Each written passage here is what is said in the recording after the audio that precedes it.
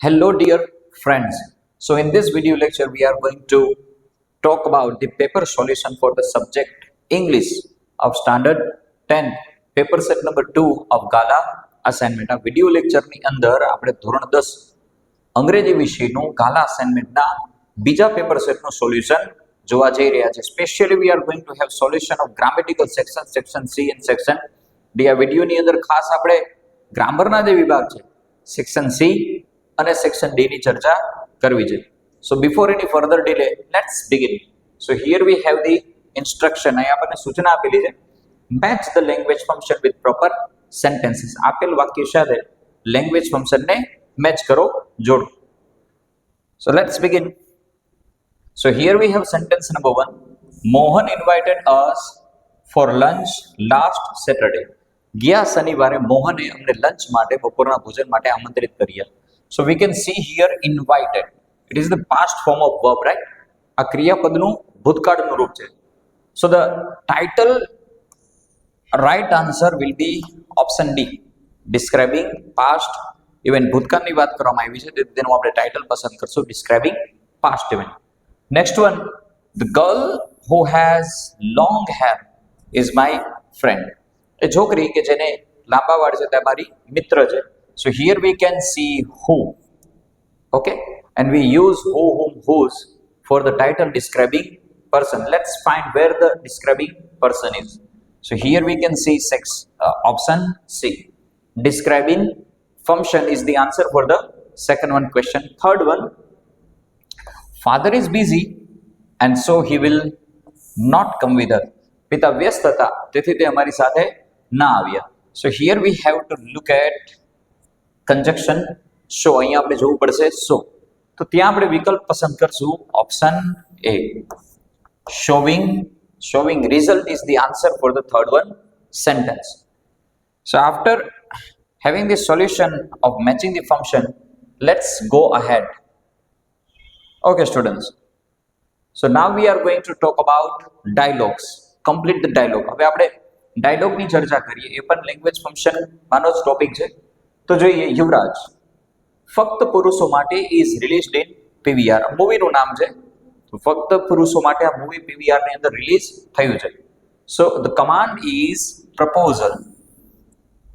દરખાસ્ત સૂચવતું જે વાક્ય છે તે વિકલ્પ આપણે પસંદ કરશું. તો અહીંયા આપણે જોઈ શકીએ છીએ let's go to watch it, કે ચાલો આ ફિલ્મ જોવા માટે જઈએ. Okay, next one. So here we have what did Mithali say? મિથાલીએ શું કહ્યું? So here we have reporting an event. જ્યારે પણ reporting an event આપેલું હોય ત્યારે આપણે indirect નું સૂચન કરે તેવો વિકલ્પ પસંદ કરશું. તો indirect નું સૂચન કરે તેવો વિકલ્પ છે option A.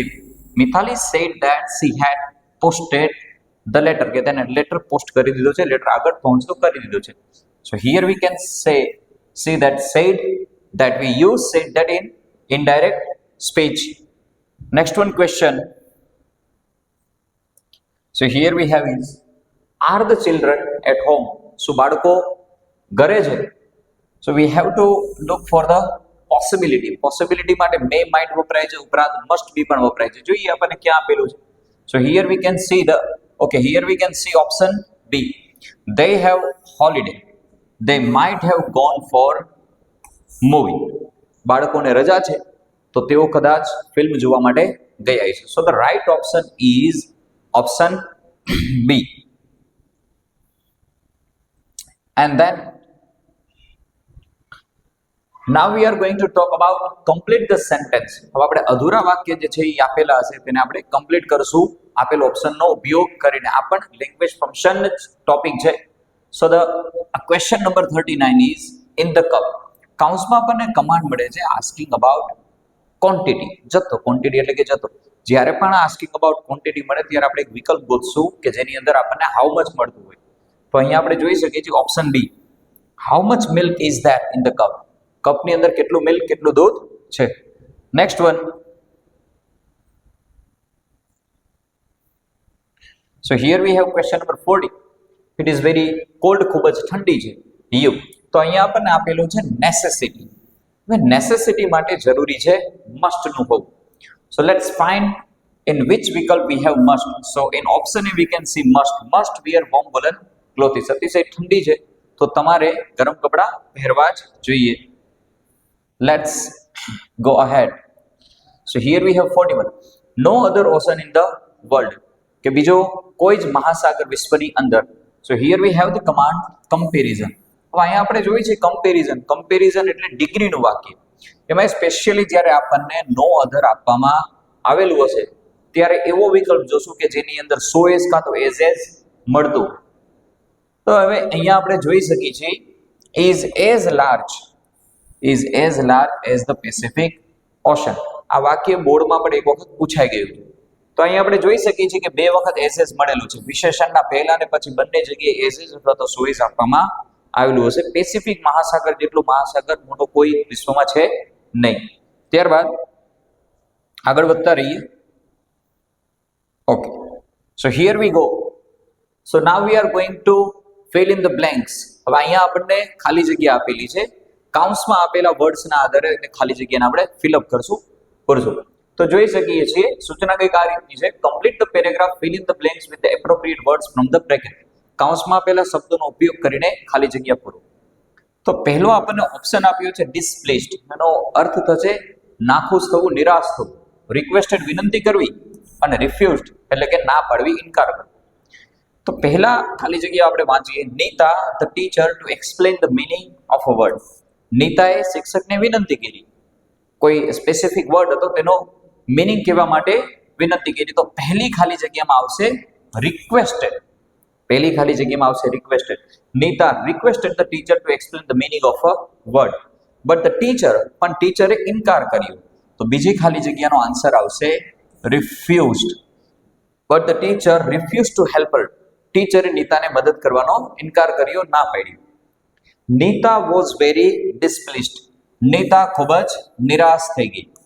So this is the answer for the third one blanks, very displaced with the teacher. So this are the right answer. Let's keep moving ahead. Now we are going to have the solution for nearest meaning. તો આપણે સમાનાર્થી શબ્દોનું solution જોવાનું છે. તો અહીંયા આપણને આપ્યું છે મોબ. હવે મોબ એટલે ટોળું થાય, પણ લોકોનું ટોળું. તો તેથી આપણે અહીંયા પસંદ કરશું ક્રાઉડ. ક્રાઉડ એટલે લોકોનું ટોળું થાય. ફ્લોક એટલે પણ ટોળું થાય, પણ ફ્લોક એટલે પક્ષીઓનું ટોળું થાય. તેથી તે વિકલ્પ સાચો નથી. ત્યારબાદ હર્ડ જે છે HERD, એના મતલબ પણ ટોળું થાય, પણ એ પ્રાણીઓ માટે વપરાય છે. So the right answer is crowd. And then mysterious, રહસ્યમય, વિચિત્ર હોય તેવું, તો તે આપણે પસંદ કરશું option D, strange. And then remark એટલે કોઈ વાત કહેવી, તો ત્યાં આપણે પસંદ કરશું comment. Okay, and let's keep moving ahead.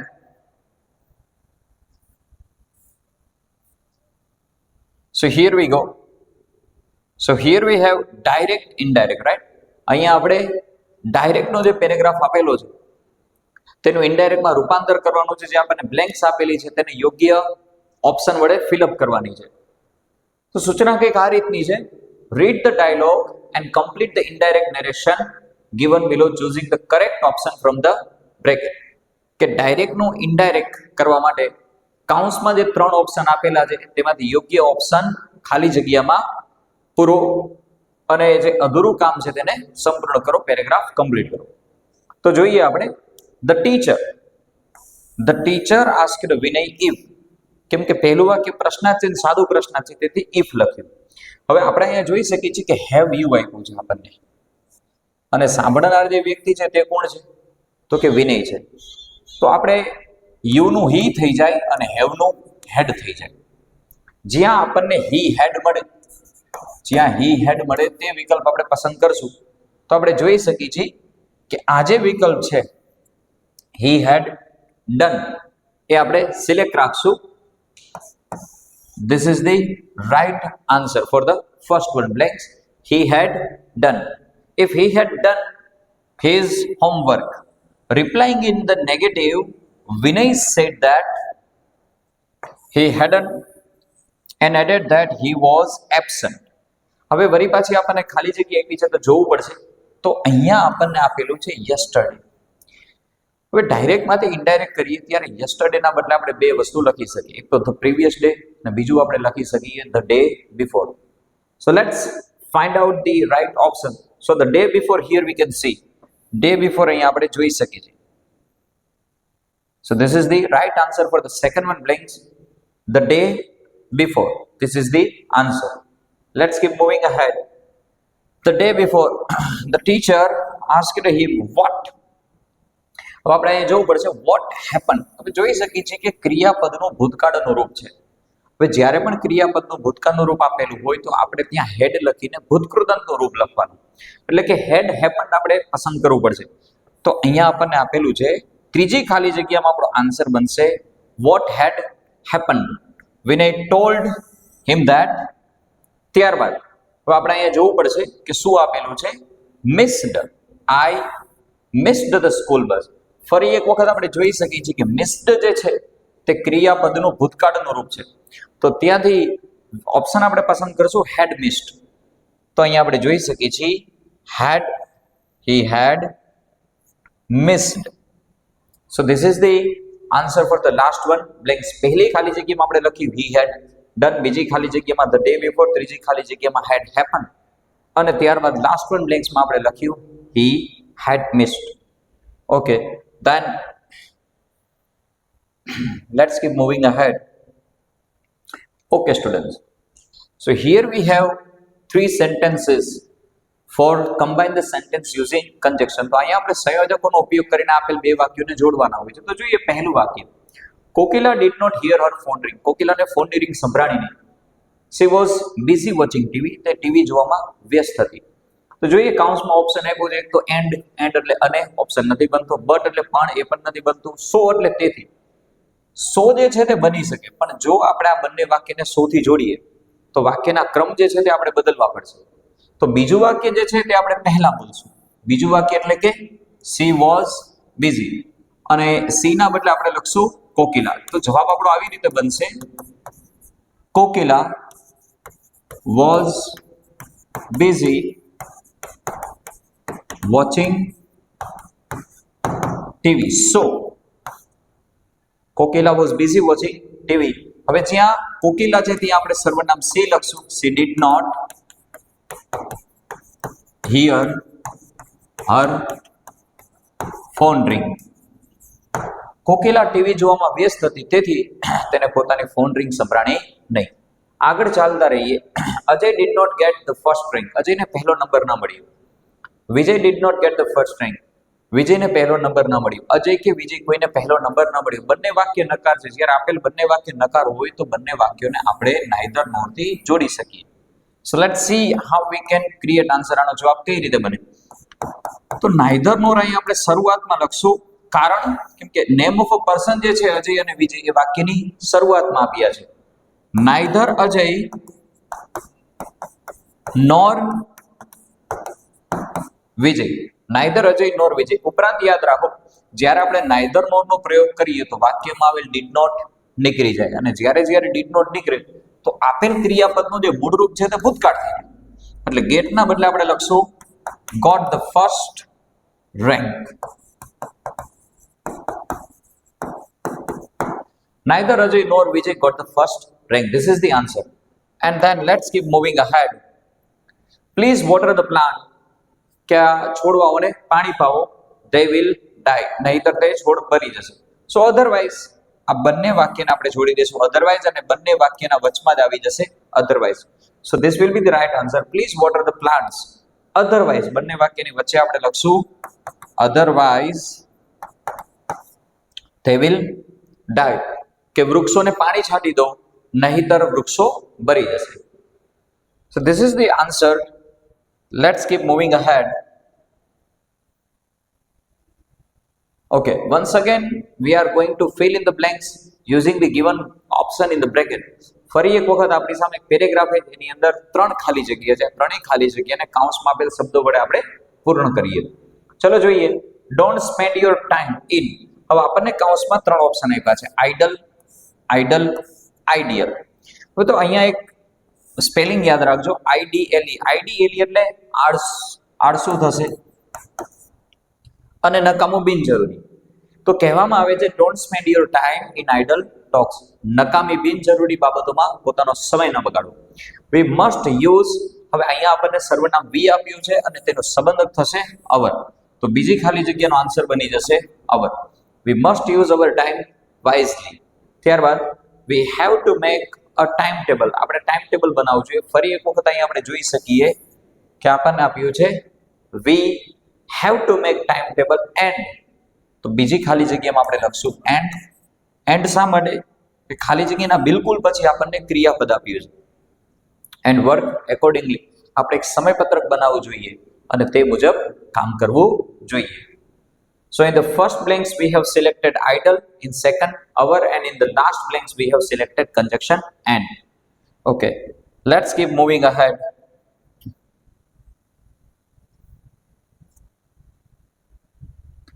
So here we have question number 51. So do as directed. અહીંયા સૂચના મુજબ, કમાન્ડ મુજબ સ્ટાર્ટ લાઈક ધીસ માં આપણને કોઈ વાક્ય બનાવી દીધું હશે, એ મુજબ કામ કરવાનું રહેતું હોય છે. તો સેન્ટેન્સ કંઈક આ રીતનું છે. Ann Sullivan taught Helen to read, Ann સુલિવને હેલન કેલરને વાંચવા શીખવાડ્યું. તો અહીંયા આપણે જોઈ શકીએ છીએ પહેલું વાક્ય આપેલું છે Helen was taught to read by Ann Sullivan. હવે સેકન્ડ સેન્ટેન્સની અંદર સૌ પ્રથમ આપણે કર્મ ગોતી લઈએ. આપણને કમાન્ડ મળ્યો છે એક્ટિવમાંથી પેસિવમાં રૂપાંતર કરવા માટે. તો અહીંયા આપણે કર્મ તરીકે આગળ લાવશું ગ્રેટ કોન્ફિડન્સ. પહેલો અક્ષર કેપિટલ કરશું ગ્રેટ કોન્ફિડન્સ, અને ટુ બી નું રૂપ આપણે લખશું વોઝ. ત્યારબાદ આપણે લખશું ડેવલપ્ડ બાય હેલન. ત્યારબાદ આગળ વધીએ, her parents provided all the opportunities to her. તો કર્મ તરીકે આગળ લઈ લઈ all the opportunities, all the opportunities. હવે અહીંયા ઓપોર્ચ્યુનિટીઝ જે વર્ડ આપેલું છે તે આપણને બહુવચનમાં આપેલું છે, તેથી ટુ બી નું રૂપ લખશું વેર. અને કેમ કે અહીંયા જે કાળ છે તે ભૂતકાળ છે, તેથી વોઝ વેર માંથી સિલેક્શન કરવાનું હોવાથી આપણે બહુવચન માટે વેર પસંદ કર્યું. ત્યારબાદ ક્રિયાપદનું ભૂતકૃદંતનું રૂપ પ્રોવાઇડેડ જે છે તેનો ભૂતકૃદંત પ્રોવાઇડેડ જ થશે. ત્યારબાદ આપણને જે આપ્યું છે અન્ય શબ્દ ટુ હર, એને જોડી દઈએ પ્રિપોઝિશન બાય, અને કરતા લખશું by her parents. So this is the answer. All the opportunities were provided to her by her parents. Okay, હવે અહીંયા આપણે જોઈ શકીએ છીએ ક્વેશ્ચન નંબર 52, 52મો પ્રશ્ન. તો જોઈએ શું કમાન્ડ મળ્યો છે. અહીંયા આપણને આપ્યું છે ધે આર, અને નીચે આપણે જોઈએ તો દેખાઈ રહ્યું છે કે હી ઇઝ. બહુવચનમાંથી એક વચનમાં રૂપાંતર કરવા માટે આપણને કહેવામાં આવ્યું છે. તો હવે આપણને અહીંયા જે આપ્યું છે ધેયનું થઈ ગયું છે હી, અને હીના સાથે ઇઝ લખાય. ત્યારબાદ જે ફાર્મર્સ આપ્યું છે ત્યાં આપણે લખશું એક વચન હી ઇઝ અ ફાર્મર. એક વચન સાથે આર્ટિકલ એ અથવા એનો ઉપયોગ થાય છે. ફરી એક વખત ધેયનું આપણે કરી નાખશું હી.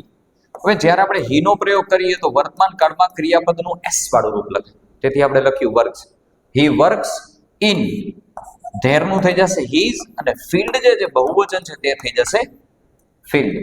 He works in his field. ત્યારબાદ ફરી એક વખત ધીનું કરી નાખીએ આપણે હી. હેવનું થઈ જશે હેઝ, એક વચન સાથે હેઝ લખાય.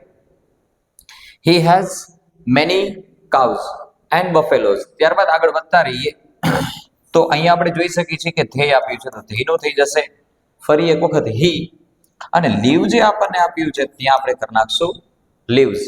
હી lives in a small house. So this is the right answer for the question number 52. Let's go ahead.